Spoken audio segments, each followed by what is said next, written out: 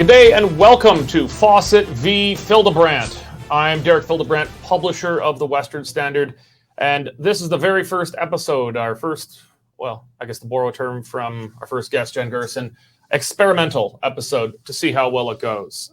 I'm going to be joined by my regular co-host, Max Fawcett, who is the lead columnist for Canada's National Observer.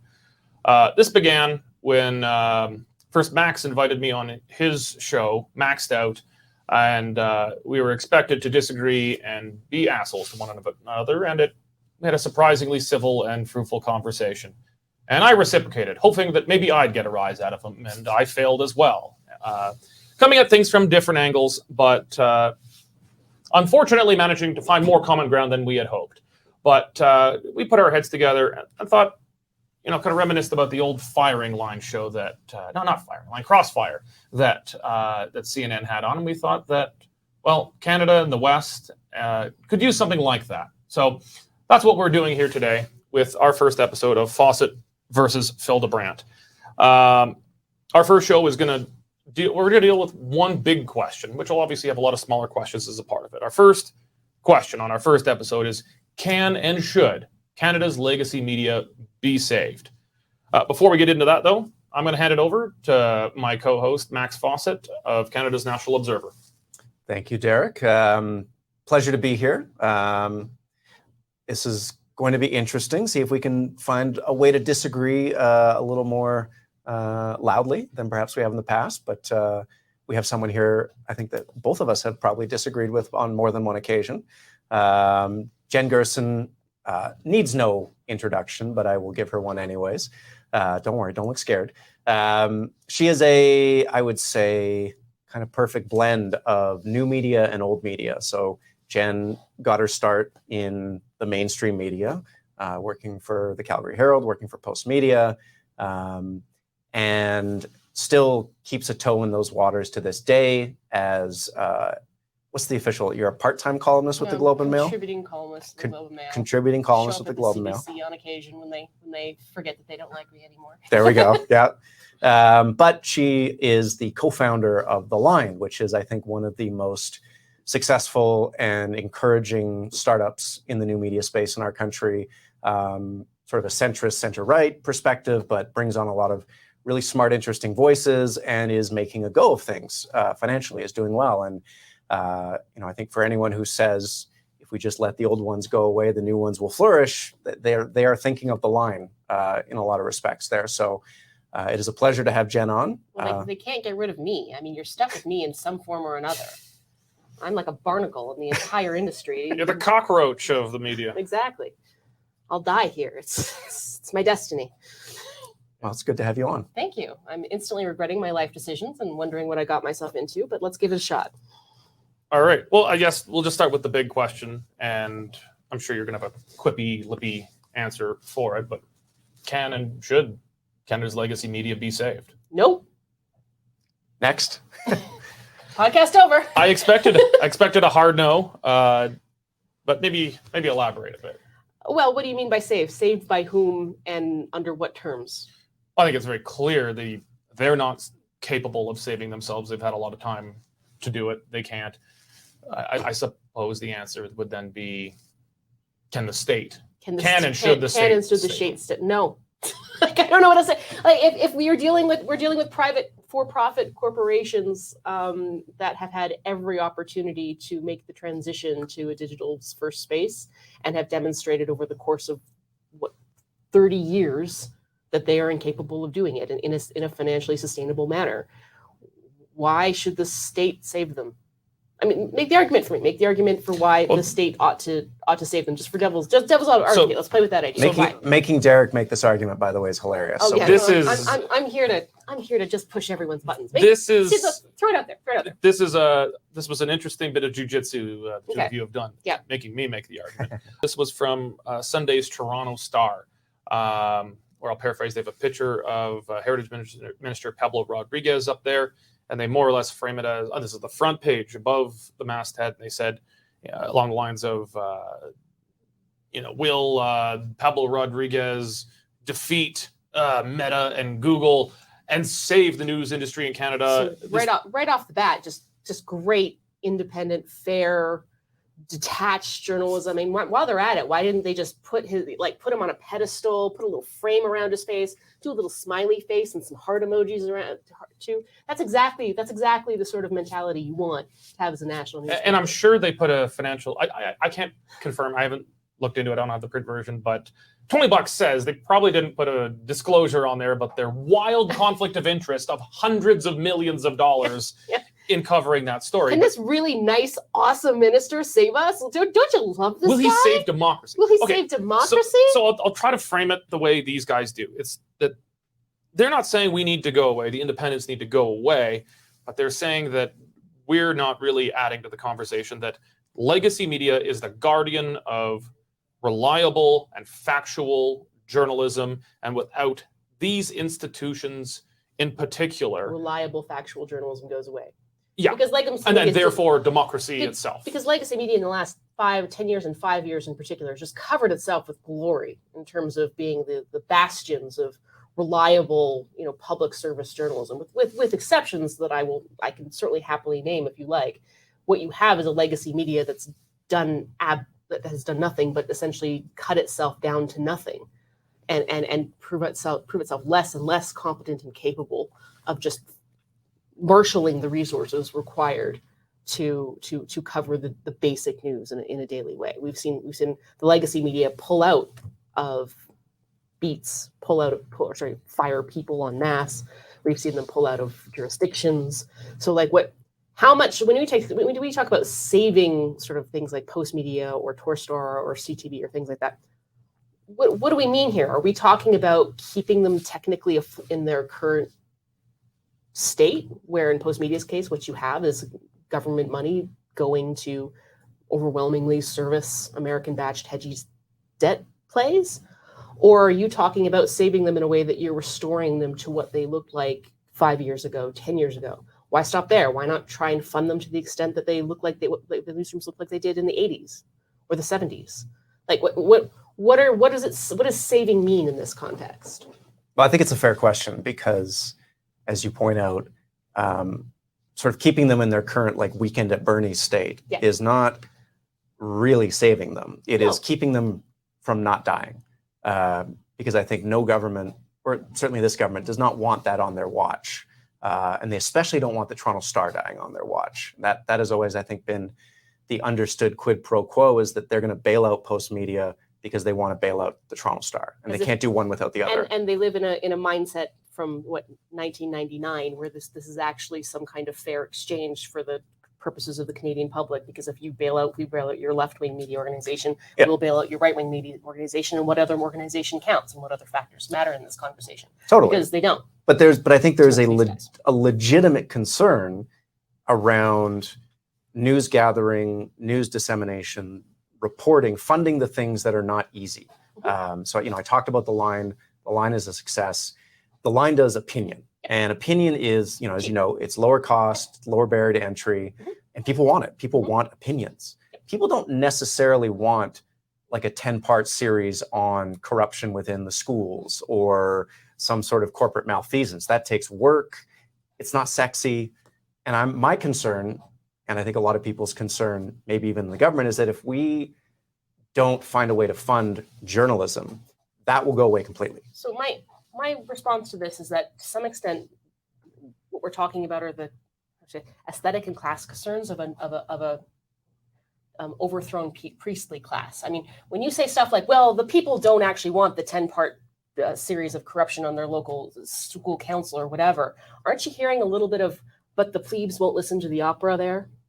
No, it's not the opera. Well, but it is, because if you can't present or package your journalism in a way that an audience will find value in it, that's the issue, right? The issue isn't with saving the media. The issue isn't with government funding. The issue is with what you fear your audience will accept or what they're willing to fund. It's the economics of it. Yeah. That, sure. Think of it through basic inputs and outputs. Inputs of time, especially investigative work. So, you'll get, we've all been pitched, and hey, I've got the big story, and 9 times out of 10, probably more, it's a quack, and he's got a conspiracy theory. But every once in a while, okay, maybe this one's got some merit, and so you give it to an editor who gives it to a reporter, and that reporter might follow this thing. And it could, if it's a big story, it could take weeks, maybe more.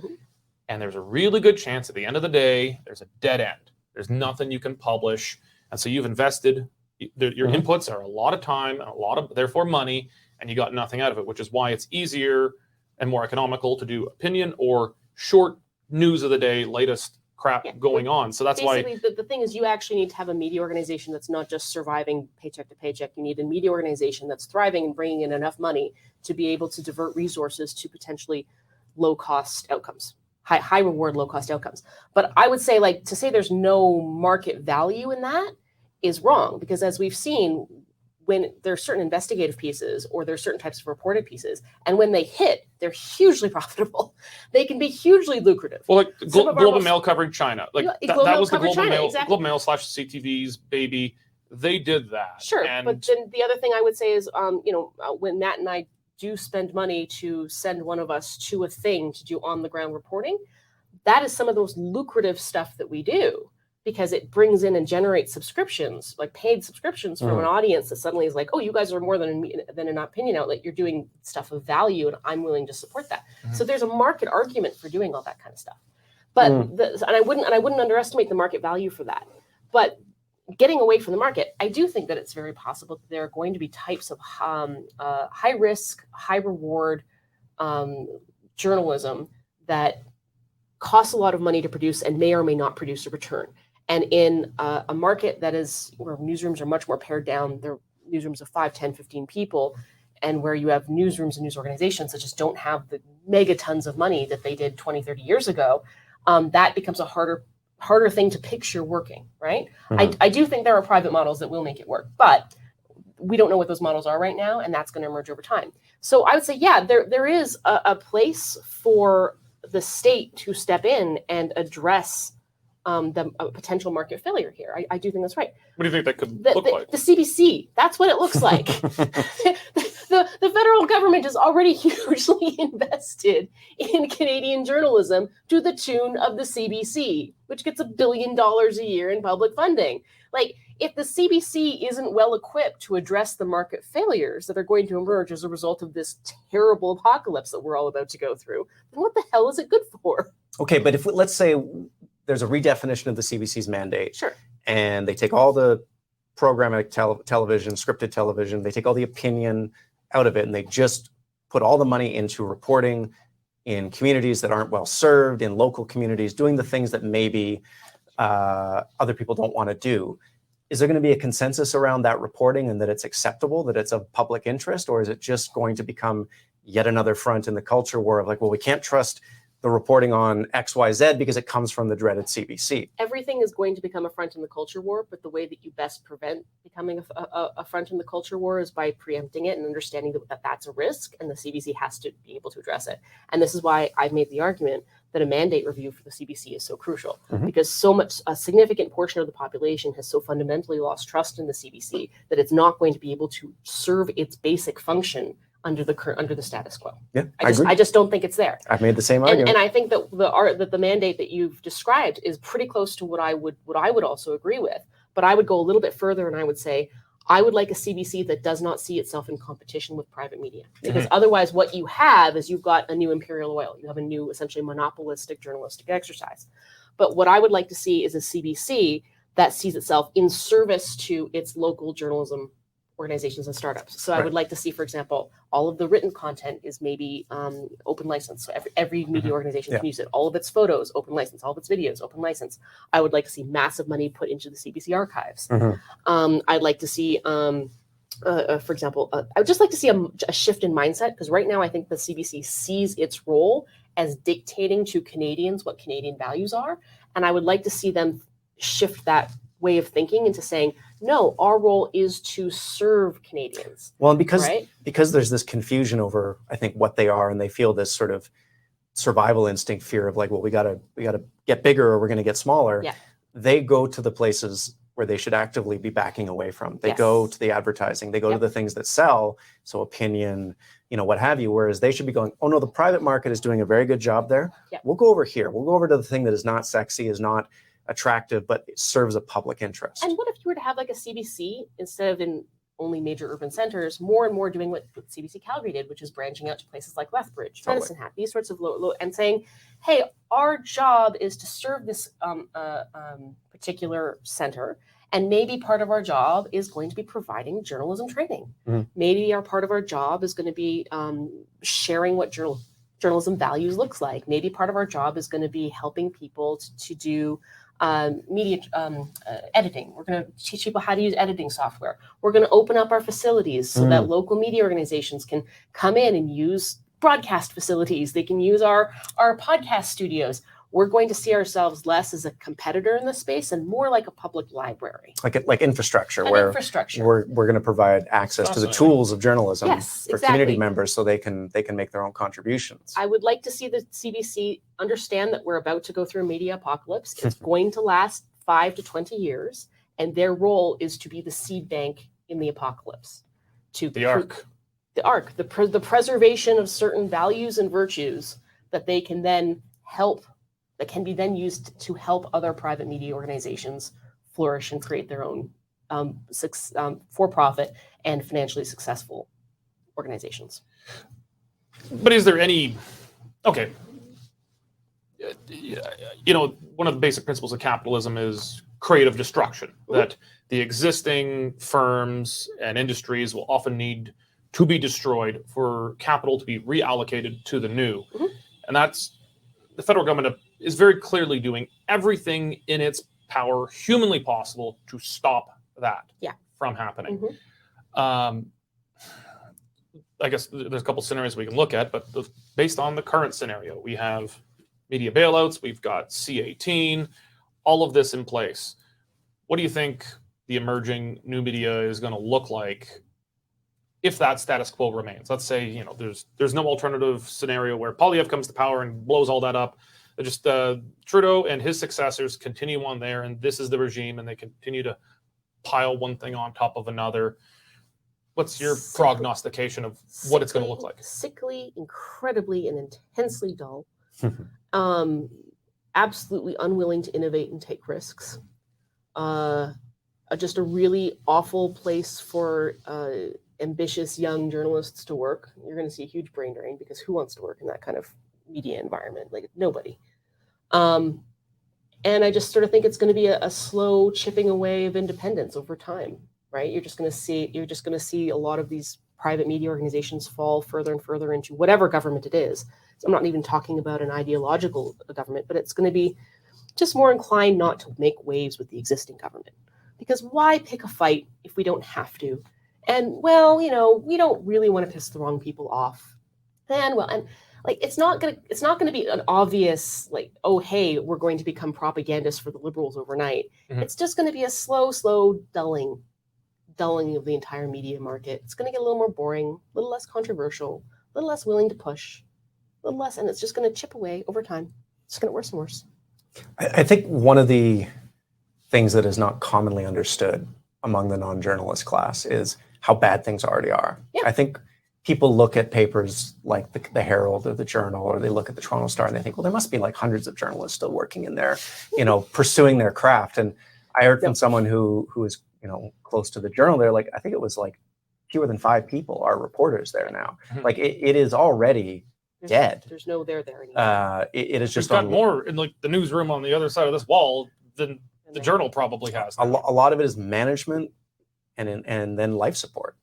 Is sort of what is sustaining things. So, I think I'm supportive of the idea of taking it off the ventilator. My concern is just always, what do we lose when we do that? Because there was a really interesting podcast with Paul Wells, Andrew Coyne, David Hurley, and oh God, her name escapes me. She worked at Le Journal, CBC, in Chantal? Not Chantal. No. Oh God, this is going to go badly for me. But anyways, and they were talking about the future of the media. What do we do? And they all sort of seem to say, like, oh, look at the New York Times. There's Figaro in France. Like, just let the market figure it out. Canada's in English Canada. Quebec is a whole different story. But in Canada, English Canada, our media market is the hardest, I think, in the world in terms of what you have to do to build a new media company, because we're competing with the Americans. We don't have population scale. We don't have a geographic or cultural barrier that makes people, I need to get the news from somewhere because the people on the other side speak Welsh or they speak French. And I just think that if we put our faith in the market, I think we are ignoring the fact that the market in Canada is unusually challenging. I'm not ignoring the market. I'm saying that's the argument for having a CBC. Yeah. Right. Like if you have a non-challenging environment, the logic for the CBC disappears. Yeah. Right. But yeah, I mean, I think that when you say creative destruction, that's a really pretty term. It maybe underplays what destruction looks like and how ugly that can. I've never had anyone describe it as a pretty term. No, I think it's beautiful. I mean, it's yeah, we're going to have a couple of really, really weird years, and we're going to see what the impacts in a country that is sparsely populated, very diverse in many different ways, including geographically and culturally.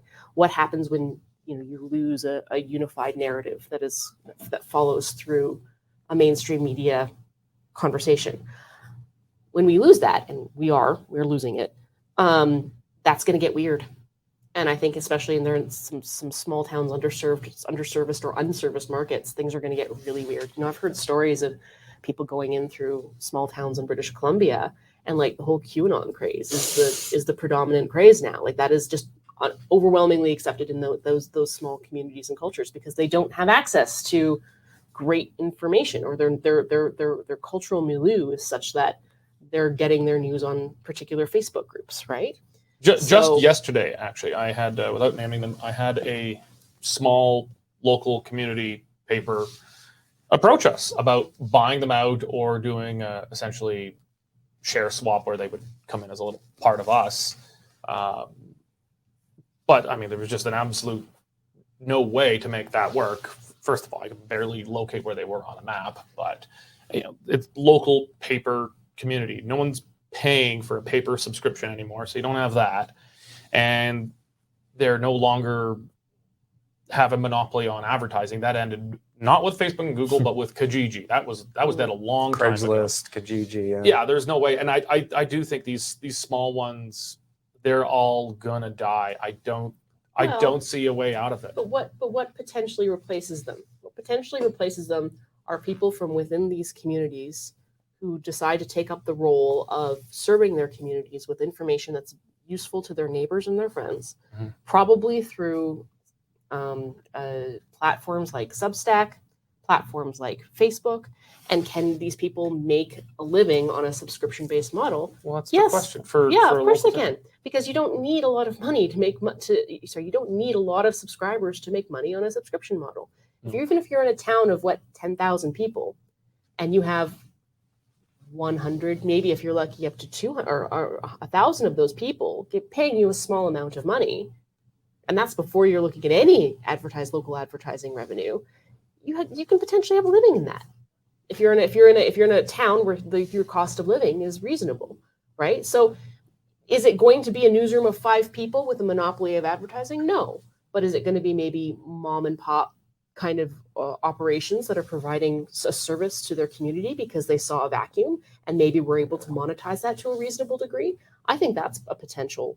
But maybe let's talk about the transition, though. You're talking about there's little communities in BC where everyone's kind of getting their news on QAnon.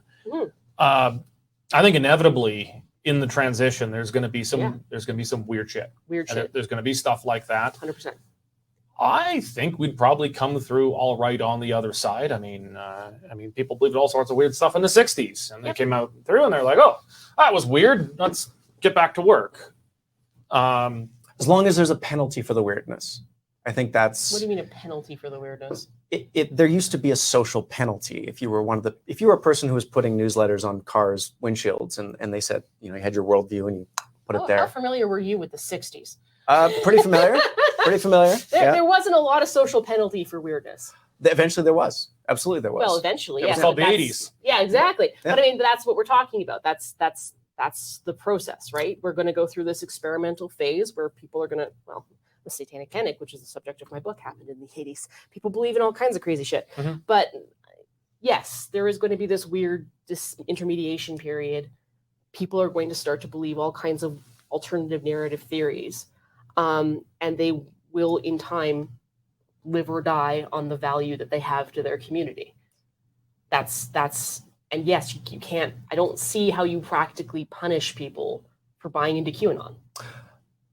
You don't practically do it because that would be, you can't tax them. No, but you can't tax them. You can But the challenge is that right now this is Canada. They will try. Well, okay, fair enough. But we have technologies now that allow people to actively seek out other people with the same views as them, and then build foundations around those communities that doesn't let anything into them. Right? That did not exist in the 80s. That did not exist in the 60s. Well, actually, it did at a smaller scale. At a much smaller scale. Like part of the reason, this is where we get into my book, part of the reason why the satanic panic took off the way it did was because you had small communities of professionals who would meet regularly for conferences where ideas around satanic ritual abuse and all of these kinds of theories would spread within these relatively closed professional groups. And the professionals would leave their conferences, go back to their home communities and spread them within there. That was one of the chief agents of travel for this conspiracy. You're seeing that on social media happen at scale, right? That's the difference. And that's what's extremely disruptive about that. But the other thing I would say is that in the past, when you had moral panics like the satanic panic, it's my model for a lot of this stuff for obvious reasons. Those moral panics would last years and years and years and then burn themselves out. What you're seeing now is a lot of moral panics and conspiracies lasting a couple of months and now burning themselves out, and then with a higher degree and frequency, right? So we're in a place of just radical experimentation where people are trying on alternative narrative theories. It's kind of what I call a lot of this stuff. And it doesn't hold. It doesn't manage to capture the mainstream in the way that it did previously, and it burns itself out at a much higher rate. So, are you saying... I don't know if it's good or bad. I'm just saying it's not... I don't expect within 10 years that because of the collapse of mainstream media that we're all going to be like hailing Q. I don't think that's going to be where this goes. But okay, surely the satanic, and I confess that I'm not deeply knowledgeable about the satanic panic. But let me tell you all about it. But that was confined to a very small slice of the population. No, it wasn't. No. This is actually something that is really interesting. This was mainstream. This was radically mainstream. This was mainstream in modern therapy. This was mainstream in media. This was absolutely mainstream in police departments all across North America and eventually the world. In churches in the 90s. It was petering out, but it was still there. This was mainstream in a religious space at the time, and it was also concurrent with the rise of evangelical Christianity as well. This was not the satanic panic of the 80s and 90s was way more mainstream than QAnon is today. Interesting. Way more mainstream, and there's some interesting reasons why that happened. Even there are even people today who are ostensibly mainstream people who are very, very convinced. In fact, you can make the argument that the satanic panic became QAnon. Right. So this was not a small thing. Oprah, Geraldo, they were all. It's true. This was on the front page of the Globe and Mail. This was. There's the whole thing about heavy metal and playing the records backwards. At the upper echelons of things like psychological sciences here in Canada were firm proponents. When I was a kid, I had to keep my Marilyn Manson CDs pretty hidden. That's the way it was. Maybe we could switch it back a little bit to where we were. To beat journalism. The regular grind of the news, watching City Hall, watching the legislature. One reason I think you were both talking about this, that most of the new media tends to focus on analysis and opinion on the news that's already out there, is because beat journalism is so expensive. Also, there's a limited market for it. There's a limited market, but another is the cost as well. There's a few things like our news department is almost all full-time salaried reporters. Our opinion side is one editor and then a bunch of contracted freelance writers. News generally, for the most part, requires salaried full-time people, and it's a totally different economic model. What do you think beat journalism is going to look like 10 years from now? If, let's just say, Rodriguez gets hit by a bus. Not that I would say that, but let's just say he gets hit by a bus. Let's say his bill gets hit by a bus and the bailouts get hit by a bus. Just it all dies, and they have an epiphany and they say, no more bailouts, no more C-18. We're just going to let the market go. What does beat journalism look like in a decade? Regardless of the bailouts, this is the ballots aren't actually going to dramatically shift the course of anyone's destiny here. We're talking about the No, ballots. but They'll buy them they time, slow but down the change. They slow down the change. They don't stop it. But let's just say that But stuff in 10, ended. but We in had 10 10 to years 15 of years, growth. a lot of beat journalism is going to be replaced by AI. Not all of it, but a lot of it. So, local City Hall puts up a transcript of all of its meetings and subcommittee meetings, and AI goes through it, creates a story. This goes back to a human editor. The human editor double checks for facts, tries to put anything in context. It pops up on the website. Now, all of a sudden, a News Star article that used to take hours and hours and hours to produce can be produced in 10 minutes. So, weather stories. Humans are not going to be producing weather stories in 10 years. Sports. Humans are not going to be producing sports in 10 years. Is it going to replace all of journalism and all reporting? Absolutely not. AI can't do that. But AI can not. But AI can will certainly replace, day-to-day coverage of what's happening in Parliament. AI can replace day-to-day coverage of what's happening. Just anything that's automated where the text can be put online. AI can do an adequate job of covering and filling in those gaps. It's already pretty much there, where you can also have a fake AI person who looks like a reporter, and you can have them in a fake AI studio and reading the news, looking like it was on CNN. It's not just the text now. Their hair will never go gray. So great. But no, it's not going to replace all journalism, and I don't see AI as being a threat to journalism, because let's be honest here, AI is not going to replace journalism jobs. The journalism jobs are already gone. AI is going to serve as a tool for human journalists, human editors to massively increase their output and to build on. I think one of the problems right now is we're still stuck in a mode where we're trying to protect things that were done simply because they exist, right? Well, that job was there, we got to protect it. And to make journalism successful and thrive, it has to be not what have we done, but what should we do, right? What need is not being currently met by technology, by the market? And we don't need people to cover box scores in baseball. We have that already. We don't need people to, like Jen said, do the sort of TikTok of what happened in the legislature, because AI can do that. But there are some things that technology definitely cannot or will not do. And those are the places that journalism should be going into. Yeah, exactly. And until we get that mindset shift away from how do we protect to how do we build, I think we're going to be in this sort of purgatory. Yeah. Maybe small little sidetrack, but I think it's relevant to this. A question that we've been tackling here at the Western Standard is, we are looking at how we integrate AI. What do you think are some of the guidelines a publication or newsroom should have around legitimate and illegitimate use of AI in the newsroom? That's going to be such an interesting conversation in the next years. I don't think AI is like exactly where it needs to be for us to do this, but it's so close that we need to start having that conversation. I think disclosure is the first one.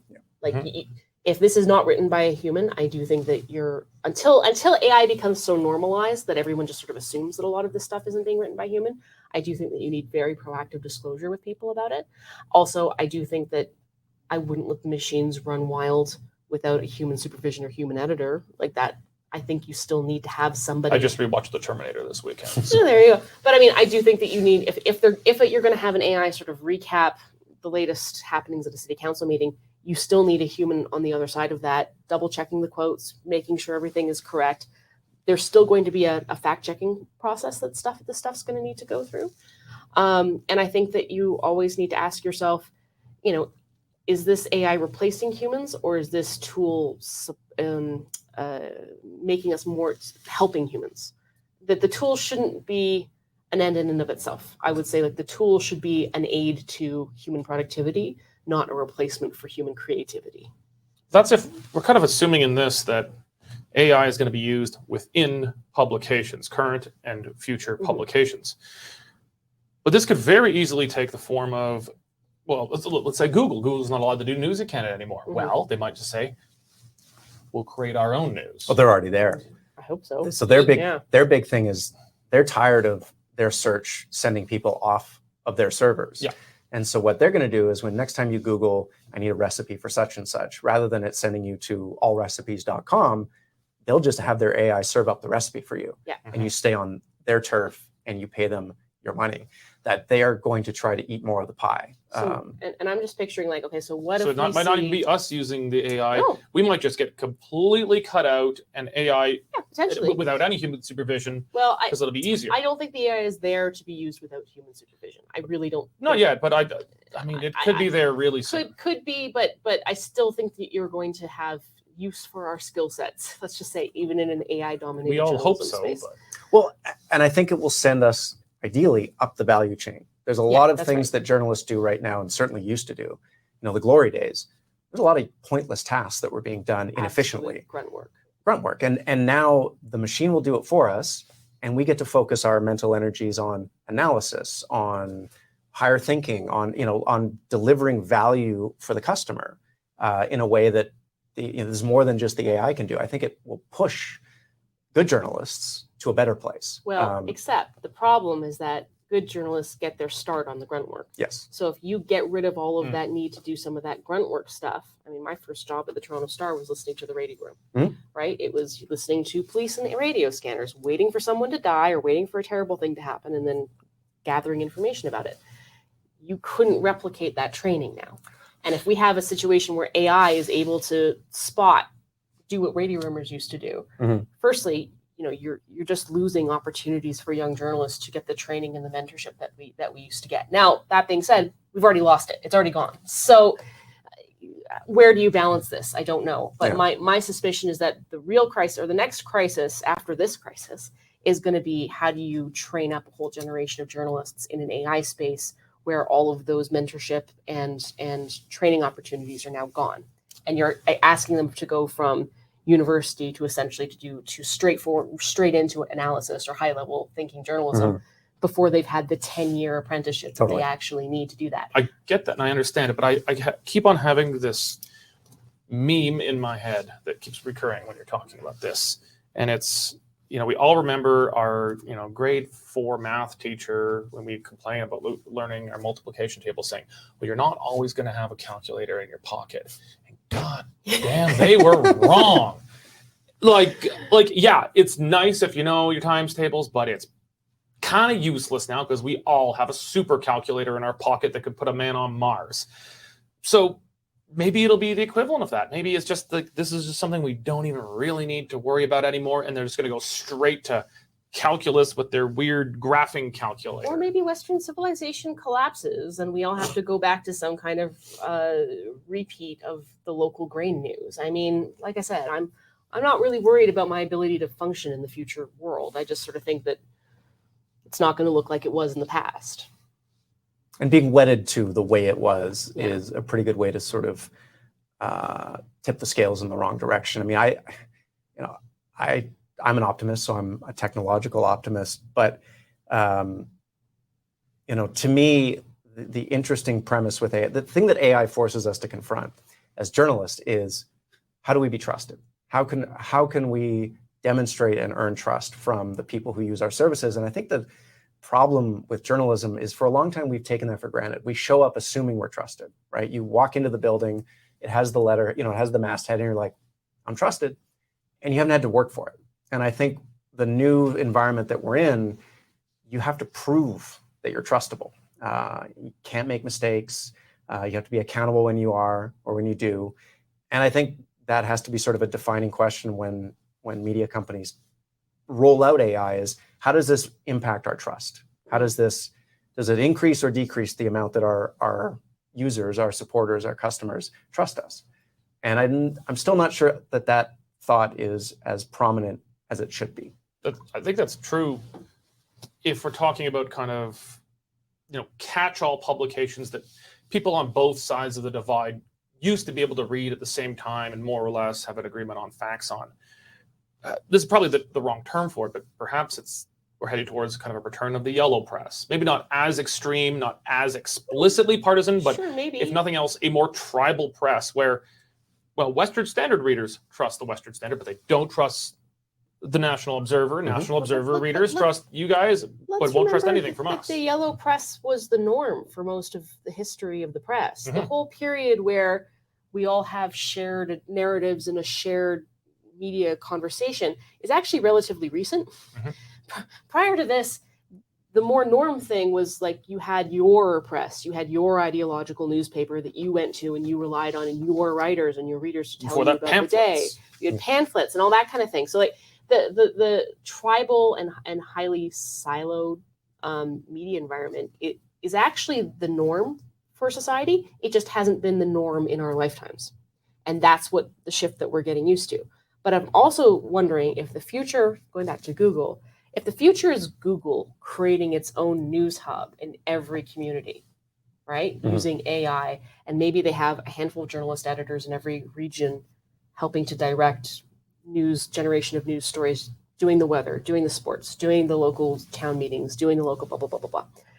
Then that becomes the shared thing. Everybody has essentially the same news hub. Mm-hmm. And then you have your Western standards, your nationals, or more interesting, in-depth stuff, or the good writing, right? I mean, an AI can do good writing, which is not as fun now, is it?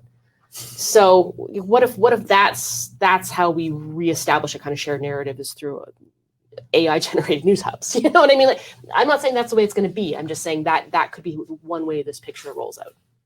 I think the danger there is always in, if there's a central sort of one publication or one company that's running things, what happens? The control of that becomes very, very valuable and very, very contestable. Well, we already saw that with social media trying to grapple with regulating what could be posted on it during COVID, because there was some disinformation, but a lot of times, as it would turn out, things weren't disinformation. If we're talking like leaks from the Wuhan lab, that stuff was flagged as fake news, turned out not to be. And so social media especially Google, YouTube, Facebook and YouTube would highly regulate what was allowed and ban you if not. But that was regulating who could post onto it. Now it just might be, it could get more extreme to that if the common narrative is just kind of a Google news. This is exactly the same conversation we've been having for the last however many decades with the consolidation of news under Postmedia. Yeah. Right? I mean, yes, when you have one entity controlling the majority of the content, you run into these problems. And this is why you need to have strong antitrust conversations. Maybe the Google News Hub is going to be different from I don't know how that's going to work out. I'm sure that eventually someone's going to go after Google for antitrust stuff in Canada. This will not prevent that. Or potentially it's another company. It's another company doing the equivalent of this, right? So actually, part of the problem, I think, is C18 is going after Google and Facebook all the wrong way. I think there is probably a strong case for antitrust against both of these companies. Absolutely. But I'm not sure that can happen in Canada. I think that is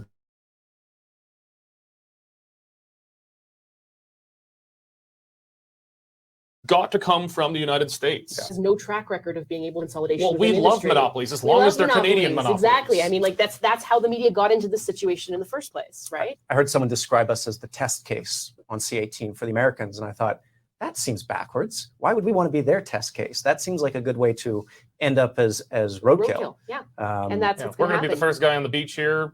We don't even know where we're charging. Yeah, it does not. That's not a good place to be. No. All right. Maybe last word to you, Jen. I don't have any more words. What else do I have to say? Come on. Well, it was all very eloquent. Maybe before we wrap up, where can people learn more and support The Line? theline.substack.com. .com. Yeah, that's right. There you go. We'll show up. You'll find us.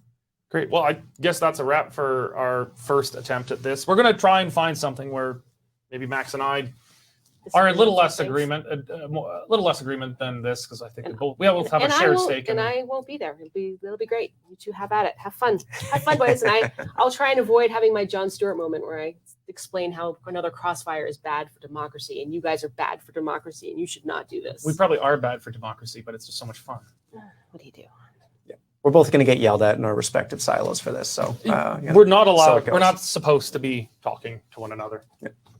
All right. Well, Jen, thank you for being our first guest. And Max, it was a slice. All right. Until next time.